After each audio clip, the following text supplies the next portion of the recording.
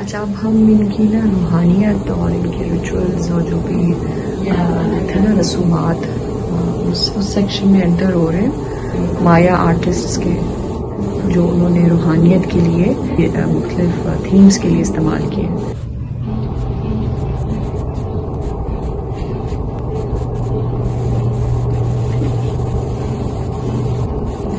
جو کہ پہناوے کے طور پر ریچولز یا جو بھی رسومات کرتے تھے اس دوران پہنے جاتے تھے.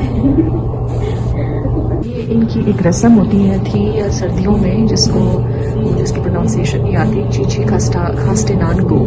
تو یہ سردیوں میں کی جاتی تھی پرفارم، لیکن پھر جب اسپینش کالونائزیشن ہوئی تو انہوں نے اپنی کیتھولک رسومات، مذہبی رسومات ان پر امپوز کر دی، اور جس کے نتیجے میں بہت ساری تبدیلی آئی. اور اس کے بعد مرد اور عورت کا جو اس سے پہلے جو رول تھا، کردار تھا جو کہ برابر تھا، وہ بدل گیا.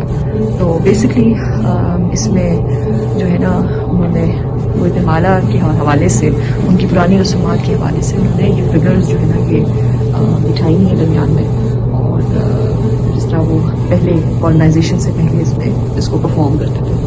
اور یہ پورا ایک سیٹ اپ ہے، کینڈلز لگی ہوئی ہیں، پھل رکھا ہوا ہے، پھول رکھے ہوئے ہیں. یہ ٹپکل ایک جسے کہہ رہے ہیں نا اس جگہ کی ڈیکوریشن ہے، اس کا پورا ایک اس کی زیبائش ہے کہ کس طرح وہ سجا کر اس جگہ پر بیٹھ کر سردیوں میں اپنی رسومات ادا کرتے تھے.